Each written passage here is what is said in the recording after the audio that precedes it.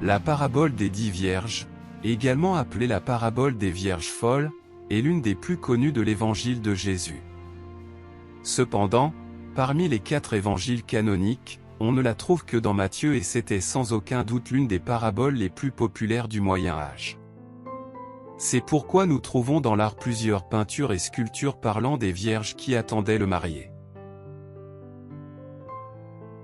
Des érudits de textes anciens tels que Thomas d'Aquin, Jérôme d'Estridao, Saint Augustin d'Hippone, ils ont fait des commentaires interprétant l'énigmatique parabole des 10 vierges.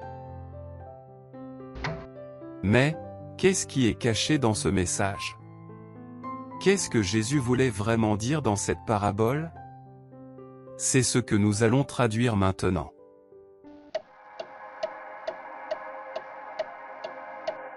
Traduziremos o Evangelho em todas as línguas,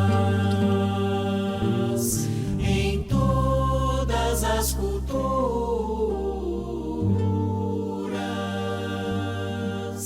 exaltando-lhe. Alors le royaume des cieux sera comparable à 10 vierges qui prirent leurs lampes, et s'en allèrent à la rencontre de l'époux. 5 d'entre elles étaient folles, et 5 sages. Les folles, en prenant leurs lampes, n'avaient point pris d'huile avec elles, mais les sages avaient pris de l'huile dans leurs vases, avec leurs lampes. Comme l'époux tardait, elles s'assoupirent toutes et s'endormirent. Au milieu de la nuit, on cria, « Voici l'époux, allez à sa rencontre. » Alors toutes ces vierges se réveillèrent et préparèrent leurs lampes.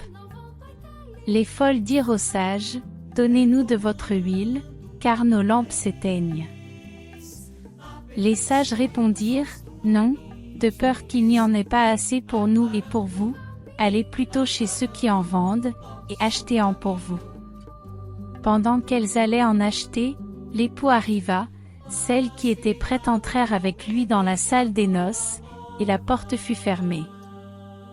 Plus tard, les autres vierges vinrent aussi, et dirent, « Seigneur, Seigneur, ouvre-nous. » Mais il répondit, « Je vous le dis en vérité, je ne vous connais pas. Veillez donc, puisque vous ne savez ni le jour ni l'heure. » Pour étayer cette traduction, nous chercherons, dans les écrits de Sigmund Freud, l'explorateur de la psyché humaine, considéré comme le père de la psychologie. Ainsi, nous nous appuierons sur la recherche scientifique et académique. Il est important de noter que Freud appelle libido, une force sexuelle, une énergie que nous possédons tous. Sous une autre forme, on la retrouvera aussi dans les écrits anciens des livres des Védas, plus précisément dans les Upanishads, dont nous ferons une synthèse pour en faciliter la compréhension. Passons au texte.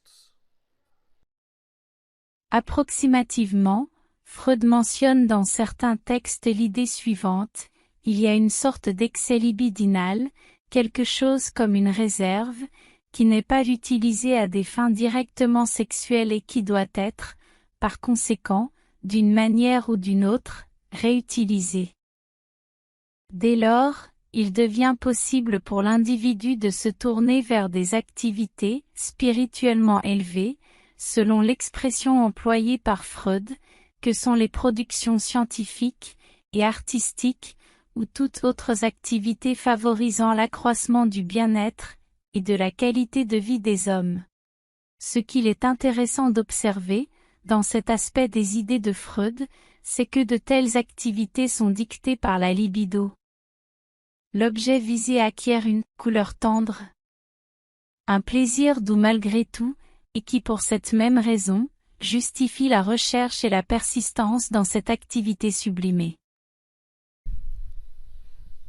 Les Upanishads traitent des concepts et des méthodes enseignées par les maîtres du yoga.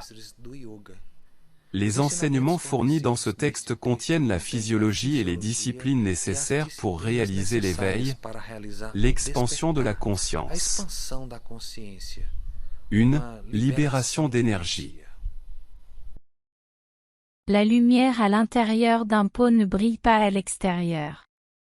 Ce n'est que lorsque le pot est brisé que la flamme de la lumière devient visible. Ainsi, le corps du yogi est comme le pot, tandis que sa lumière intérieure est l'état suprême. Une personne sage doit la déplacer de son siège vers le nombril, jusqu'au centre des sourcils.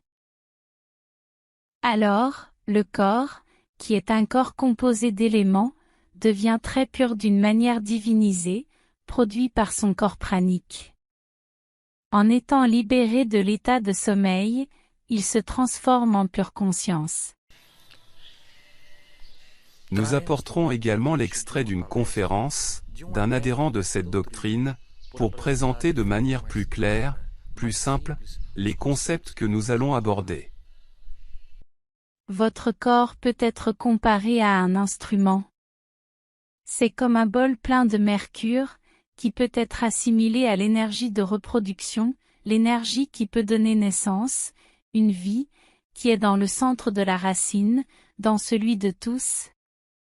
Sa colonne vertébrale est comme 3 tubes.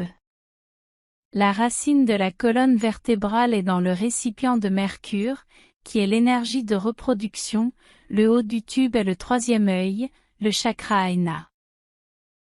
S'il vous plaît, comprenez ceci, 3 tubes sont insérés dans un bol de mercure. Les tubes sont votre colonne vertébrale, le bol de mercure est votre centre racine, rempli d'énergie pour créer la vie. Quand le mercure atteint le sommet, le chakra Ajna, 3e œil, s'ouvre. Il est important de noter que Jésus n'a pas seulement enseigné à ses disciples à porter son message au peuple, et à guérir, mais aussi à s'illuminer, à étendre leur capacité de perception au-delà de l'ordinaire, enfin, pour qu'ils puissent percevoir et communiquer avec le monde spirituel, tout comme il le faisait.